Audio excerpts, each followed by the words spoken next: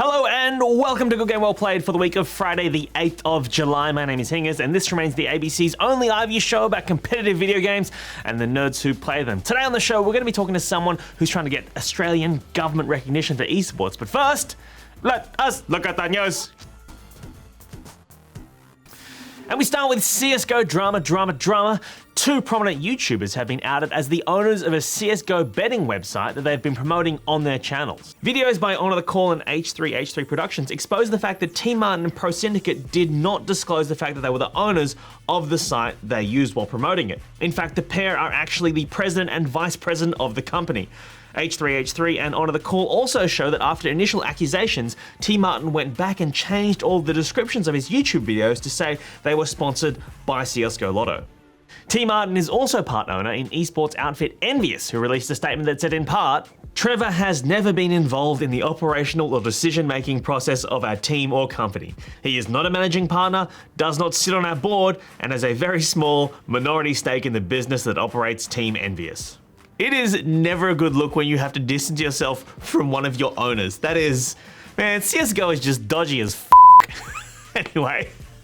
Heroes never die, but apparently neither do cheaters. Following thousands of bans being handed out to players using cheats in Overwatch, Blizzard have now set their sights on the developers of the tools suing German company Bossland for a number of their cheating programs. One program allows less virtuous players to cherry-pick extra skills and abilities in the game, as seen here on this easy-to-use settings menu, and all for the low price of €12.95 a month, while others will just play the game for you.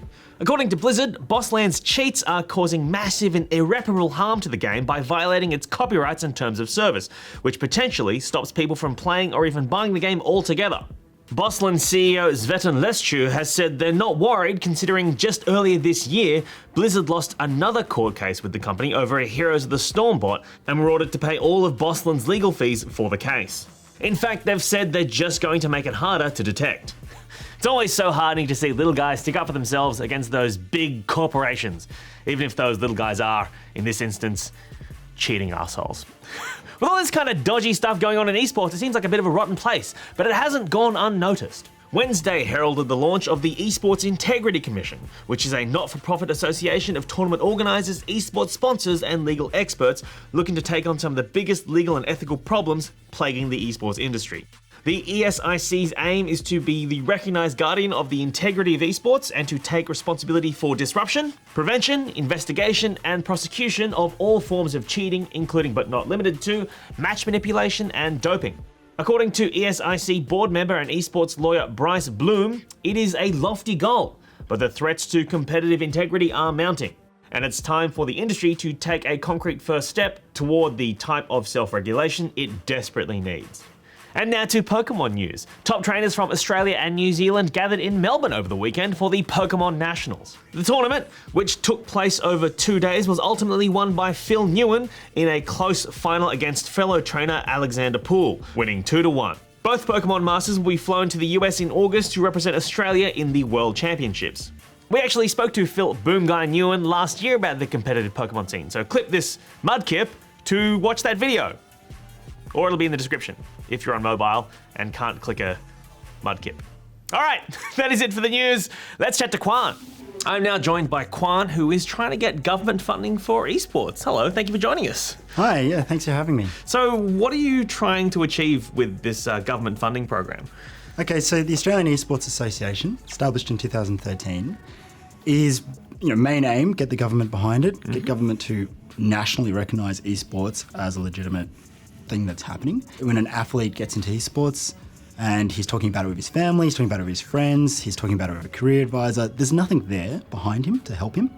He doesn't know who to turn to, he just has to rely on his own speed and basically his peers who are also in it. Right, so you're saying that when someone goes to their parents and they're like, hey, I want to play League of Legends full time, or I want to play StarCraft forever, you're saying that government funding would allow people to be able to point to something like an official body. Yeah, resources and education. So, we did a panel 2 years ago at PAX and we had parents asking us, my son just plays League of Legends every day, all day, and he's telling me he wants to go pro. Is this something I can support him in because I want to support my child's development? Right. They don't know where to turn. They're Googling on the internet. They can't find much.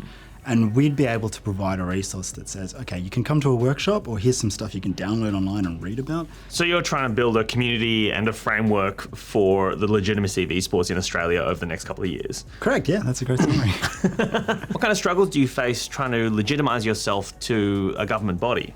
Traditionally, people look at video games as entertainment, which is true. That's the body of it. So one struggle we face is talking to government and representatives. They see it as their child in their lounge room, entertaining themselves, wasting their life. And we have to turn around and say, hang on, they're doing something far more advanced that's educating their brain, testing them, pushing them. Especially with the team games like League of Legends or Counter-Strike, they're meeting people from different races, backgrounds, cultures, religions. They're getting over that, they put that aside, and they say, hang on, we've got an objective to complete, a puzzle to solve, let's do it together. Governments are famous for requiring mountains of bureaucracy to be overcome. What kind of steps do you need to take to get from where you are to where you want to be? The Australian government tends to defer a lot overseas. We spoke to the Australian Olympic Committee and they said, if the International Olympic Committee does this, we'll do it. The Asia Olympic Committee has already factored in esports as an indoor sport. So the ASC looks at that, the Australian Sports Commission looks at that and says, okay, now that there's an international body that's doing this, they can start seeing that, okay, that's frameworks happening overseas, there's precedent set, now let's bring it here. So a challenge now is to go, okay, that's ticked. How does it translate to Australian law, Australian frameworks, Australian understanding? Further to that accreditation, it's about proving there's an active player base here, that it's an active sport. I mean, you can look overseas and say, okay, there's a sport there. Is it happening in Australia? Question mark. What the government wants to see is a register of active players, that they know that they're regularly doing this. Like you see with athletics every weekend, there's a sprinter getting out, he's sprinting, he's practicing. They want to see that same kind of involvement, that this isn't just some like, oh, okay, one-off instance event. It's an ongoing thing. When we first spoke to the ASC in 2013, the people we met, the first question was, so it's like athletics, where you've got sprinting, long distance, javelin, hurdles, Sure. And you go, yes, in a way, except imagine if 1 year no one wants to throw javelins anymore. It's just done. Yeah, they're just okay. Yeah, that was fun last year. We're over it. We're now doing something else. Patch changes to javelin. No one wants to play javelin anymore, exactly. right? Yeah. So, and that's a reality in esports. There's a timeline to these things. What do you see the development of your organisation achieving over the next couple of years? Like long term, what is the goal? Long term, we have a national league here in Australia that supports our players.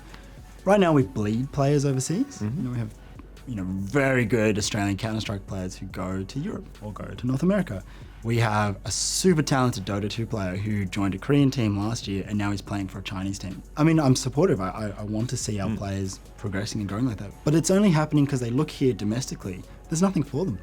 There's no financial backing, there's no career path, there's no regular league that they can look to and build a reputation in. Ideally, long term, we have that here. We have a model league, and ultimately, it gains international recognition where our teams are flying overseas to play in the ESL Cologne tournament or the international Dota 2 tournament. Well, why don't we have something here that's drawing attention that our players are gaining prominence in, and then international teams are coming here to challenge us? What currently is there available for like Australian esports players to perform overseas? I mean, outside of the big international private tournaments, we've got the ISF's World Championship Series coming up in October 6th to 9th, which is in Jakarta, Indonesia. Indonesian government is hosting that. It basically sees the 45 nations that are members of the ISF send a national team. So we're sending Team Australia.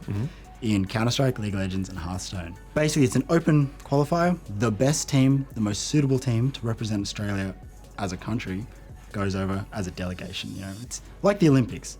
So there's a flag ceremony, there's the whole team opening ceremony, they all march around, and there's all this stuff that happens. And yeah, they basically are Team Australia for esports. Well, Kwan, thank you so much for joining us. And where can people find out more about your association? Yeah, okay, so we've got an official website. People can read about what our vision is and goals. Fantastic. Go forward. Yeah. Thanks so much for hanging out today.